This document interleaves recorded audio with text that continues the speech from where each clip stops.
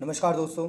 आज हम डिस्कस करेंगे क्लास सिक्स चैप्टर 3 सिविक्स का, that is what is government. Government के बारे में जानने की कोशिश करेंगे। मेरा नाम है दीपक और मैं आप सभी के सामने ये चैप्टर रिप्रेजेंट करने जा रहा हूँ। सबसे पहले बेटा हम जानेंगे कि गवर्नमेंट क्या होती है।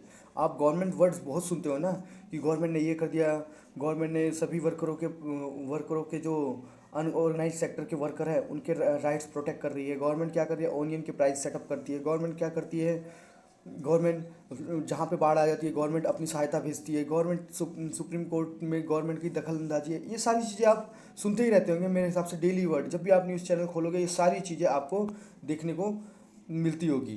देखो, सभी कंट्रीज, जितनी भी कंट्री है वर्ल्ड में, सभी में गवर्नमेंट की ज़रूरत होती है। क्यों क्यों ज़रूरत होती है? क्योंकि कुछ डिसीजन लेने पड़ते हैं। जैसे रोड कहाँ पे बनेगी, स्कूल्स कहाँ पे बनेंगे, है ना, और ओनियन के प्राइस कैसे मेंटेन होने चाहिए। फिर कोई ज़्यादा महंगा भी ना हो और ज़्यादा सस्ता भी ना हो, और इलेक्ट्रिसिटी की सप्लाई है वो अच्छी तरीके से इंक्रीज़ हो सके, सप्लाई हर घर तक मिल सके।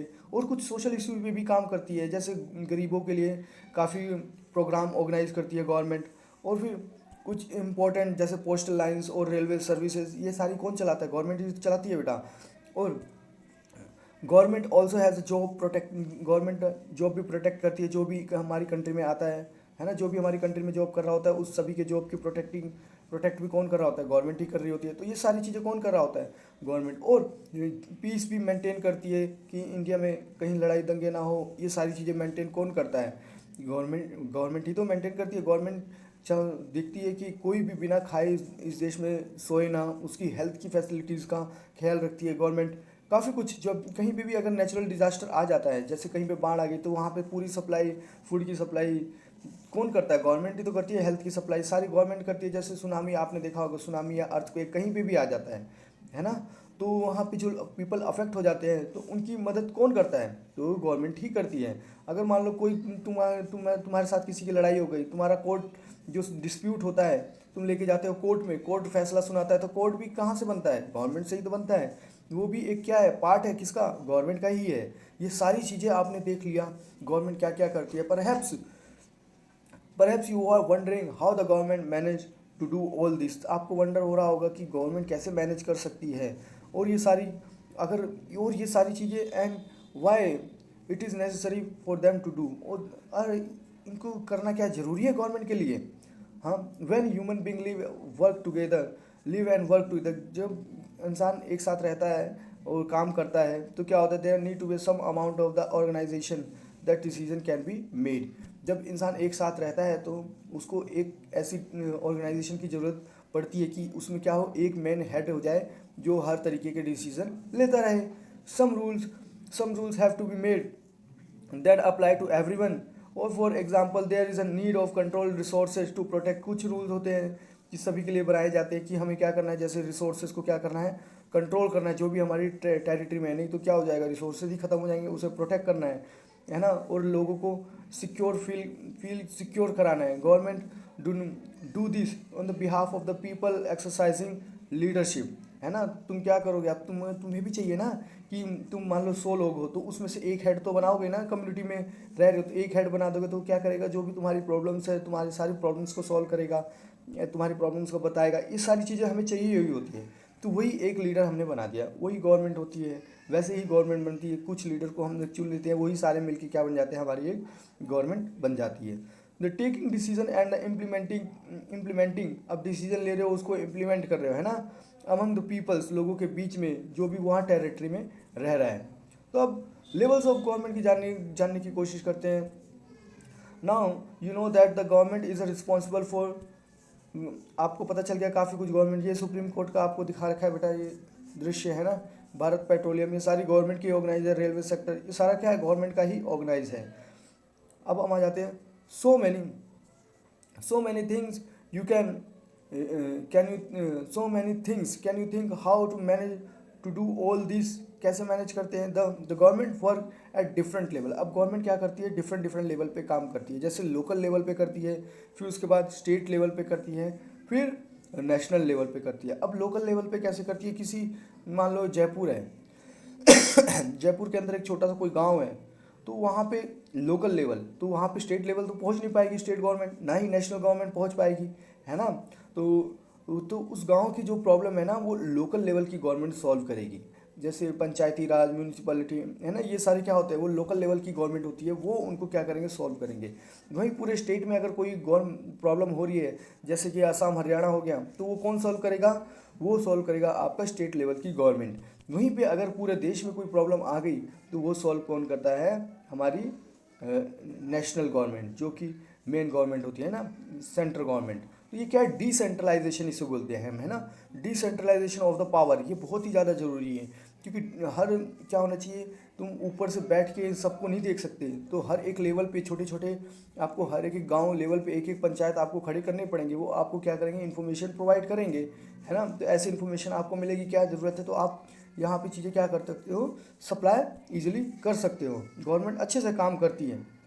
तो ये सारी चीज़ें आपने देखा होगा, है ना। अब थोड़ा और जानने की कोशिश करते हैं। देखो ये हमारा इंडिया है, ये देखो जो सेंट्रल लेवल पे काम है, दिल्ली है ना, ये इसको बोलते हैं हम नेशनल लेवल पे गवर्नमेंट।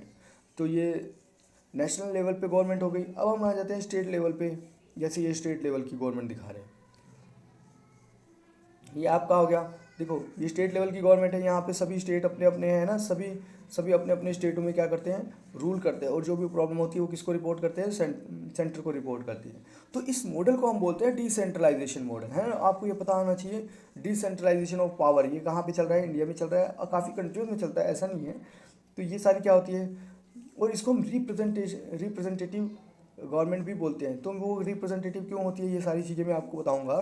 तो ये आपको फिलहाल में पता होना चाहिए, स्टेट लेवल की गवर्नमेंट, लोकल लेवल की गवर्नमेंट, और फिर सेंट्रल लेवल की गवर्नमेंट। तो ये सारी चीज़ें आपने देख ली, है ना। ये डायग्राम भी आपने समझ लिया।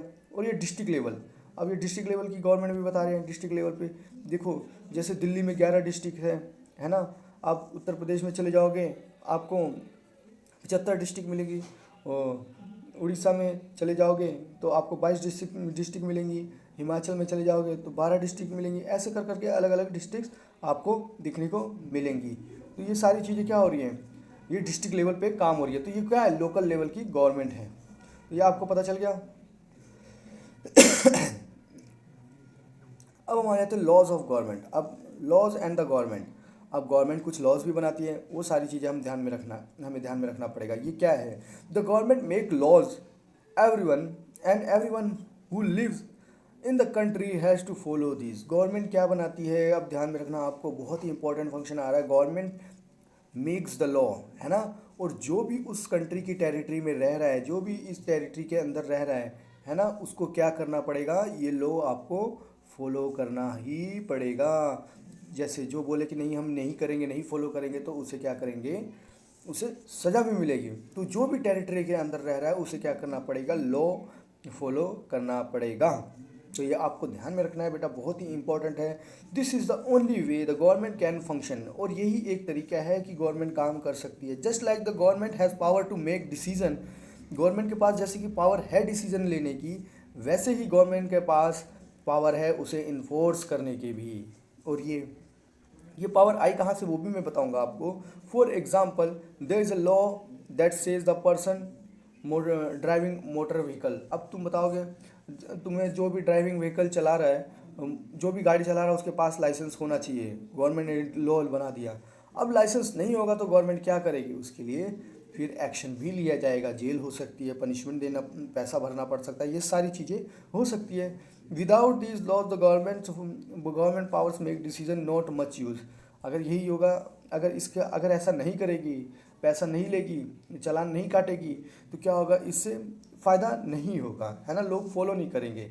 It is a people. अब देखो कौन, उन्हें पावर कौन दे रहा है, लोग दे रहे हैं। Who give the government this power, हमने ही दी है पावर, है ना, लोगों ने ही दी है, तुमने ही दी है ये पावर गवर्नमेंट की, कि भाई तुम क्या करो, हमारे ऊपर रूल करो।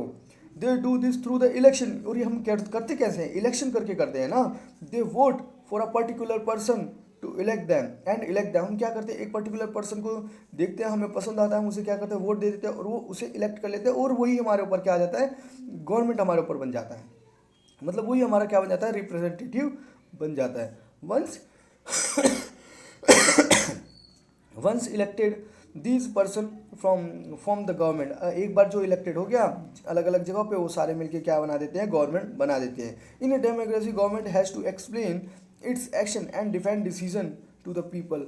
गवर्नमेंट ने क्या क्या एक्शन लिए उसको क्या करना पड़ता है, डेमोक्रेटिक गवर्नमेंट में वो पब्लिक को बताना पड़ता है, और पब्लिक कुछ रिएक्शन दे तो उसको डिफेंड भी करना पड़ता है कि भाई हमने ऐसे डिसीजन क्यों लिए, ये सारी चीज़ें बोलनी पड़ती है। तो ये सारी चीज़ें आपने देखी। एक मिनट। अब उसके बाद another form of government is monarchy, एक दूसरी भी गवर्नमेंट होती है जिसको हम बोलते हैं मोनार्की। डेमोक्रेसी में आपने समझ गया बेटा, डेमोक्रेसी में आपको बता दूं वापिस से एक बार, डेमोक्रेसी में क्या होता है, आप लोग ही क्या करते हैं, गवर्नमेंट को चुनते हैं, है ना। गवर्नमेंट ऊँचू ऊँचू मतलब आपने डेमोक्रेसी की definition by the people for the people of the people, मतलब लोगों ने ही चुनी है ये गवर्नमेंट, और गवर्नमेंट फिर क्या करती है, डिसीजंस लेती है, और क्योंकि गवर्नमेंट को ही रिप्रेजेंट करती है। हमारे प्रधानमंत्री कहते हैं कि मैं प्रधानमंत्री नहीं हूँ, मैं प्रधान सेवक हूँ। तो गवर्नमेंट एक्चुअली में क्या है, एक सर्वेंट है, हमारे लिए काम करने आई है, वो हमसे काम करवाने नहीं आई है, वो काम करने आई है। तो ये सारी चीज़ें जो जैसे प्रधानमंत्री जी ने जो वर्ड यूज़ किए बहुत ही अच्छे वर्ड है, ऐसे यूज़ होते रहने चाहिए, है ना। ऐसा नहीं है कि मैं किसी पॉलिटिकल पार्टी से हूँ, लेकिन हाँ ये वर्ड ऐसे ऐसे होने चाहिए हमारी सोसाइटी में। तो अब हमने देखी तो सही कि डेमोक्रेसी होती क्या है, इसमें लोग खुद ही अपनी गवर्नमेंट बनाते हैं।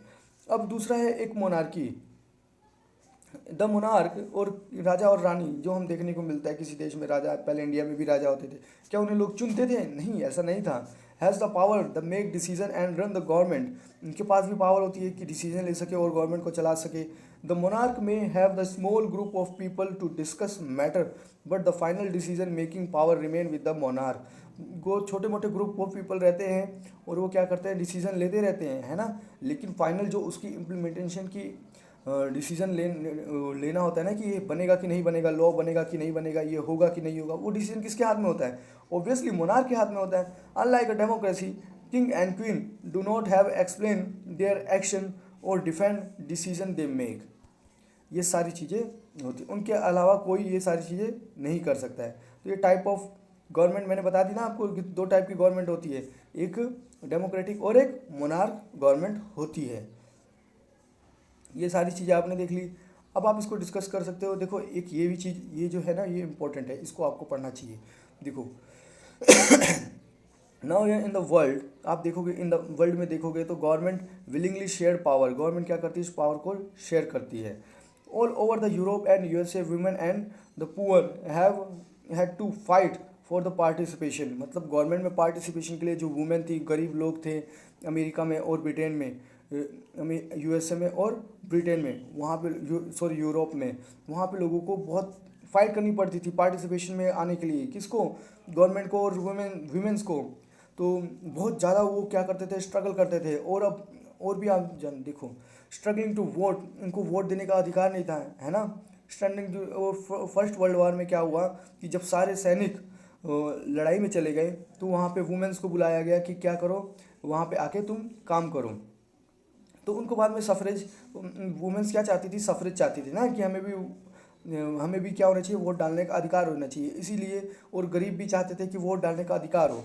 तो during the first world war क्या हुआ, सभी सैनिक जो है लड़ाई पे लड़ रहे थे, उस समय काम की कमी पड़ गई, काम करने वाला कोई नहीं था। उस समय वुमेन्स को बुलाया गया और वुमेन्स ने खूब अच्छा काम किया और करके दिखाया, और लोग काफ़ी, गवर्नमेंट खुश हो गई कि वुमेन्स भी अच्छा काम मैनेज कर लेती हैं।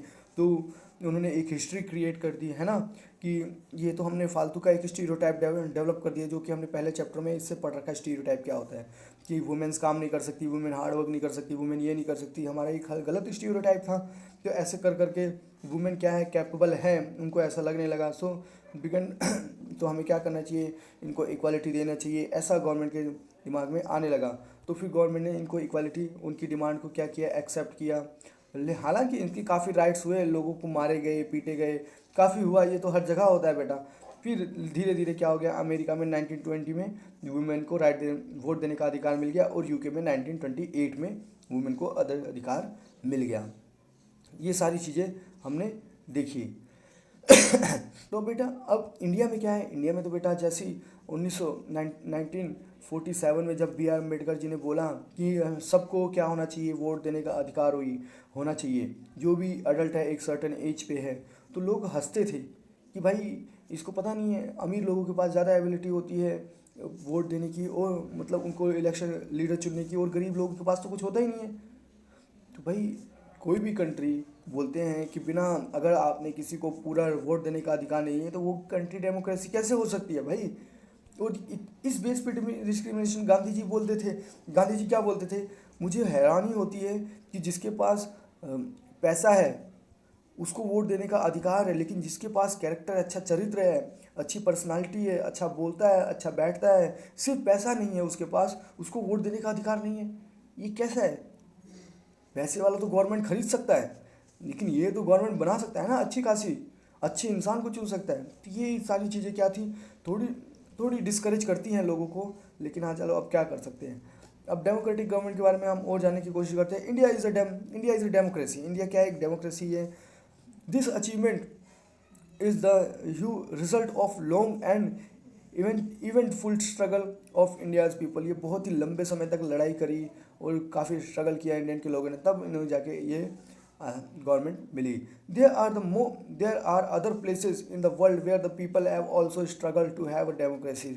और भी दुनिया में बहुत सारी कंट्रीज़ है जहाँ पे लोग स्ट्रगल कर रहे हैं कि डेमोक्रेसी उन्हें मिल जाए, लेकिन जैसे नॉर्थ कोरिया हो गया, चाइना हो गया, ये आपका सऊदी अरब हो गए, यहाँ पे डेमोक्रेसी नहीं है। यहाँ पे मोनार्की चलती है आज भी। लोग चाहते हैं डेमोक्रेसी, लेकिन नहीं आ पा रही है। तो हम खुश नसीब है जो हमारी कंट्री में क्या आ गई, डेमोक्रेसी आ गई। You now know that the main feature of the democracy is that the people have power to elect their leaders। मतलब डेमोक्रेसी का जो मेन फीचर है वो क्या है, मैंने बताया ना, जैसे कि लोगों के पास पावर है कि वो अपना लीडर क्या कर सके, इलेक्ट कर सके, सिलेक्ट कर सके।